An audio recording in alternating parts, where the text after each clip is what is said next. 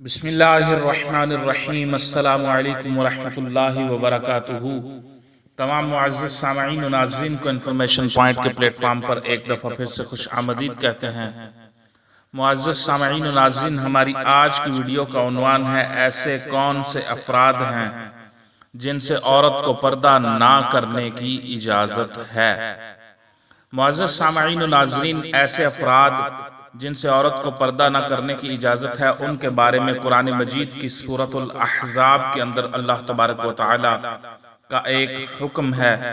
سورۃ الاحزاب کی آیت 55 میں حق تعالی فرماتے ہیں، عورتوں پر اپنے باپوں سے پردہ نہ کرنے میں کچھ گناہ نہیں، اور اپنے بیٹوں سے، اور نہ اپنے بھائیوں سے، اور نہ اپنے بھتیجوں سے، اور نہ اپنے بھانجوں سے، اور نہ ہی اپنی قسم کی عورتوں سے، اور نہ ملکیت کے ماتحتوں یعنی غلام اور لونڈی سے۔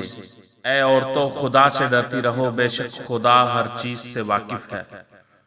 تو قرآن مجید کی سورۃ الاحزاب کی آیت نمبر 55 کے اندر یہ اللہ پاک نے فرمایا کہ باپ سے پردہ نہیں، بیٹوں سے پردہ نہیں، بھائیوں سے پردہ نہیں، بھتیجوں سے پردہ نہیں ہے، بھانجوں سے پردہ نہیں ہے، نہ ہی اپنی قسم کی عورتوں سے پردہ ہے عورت کو، اور نہ ہی غلام اور لونڈی، ان سے عورتوں کو پردہ ہے۔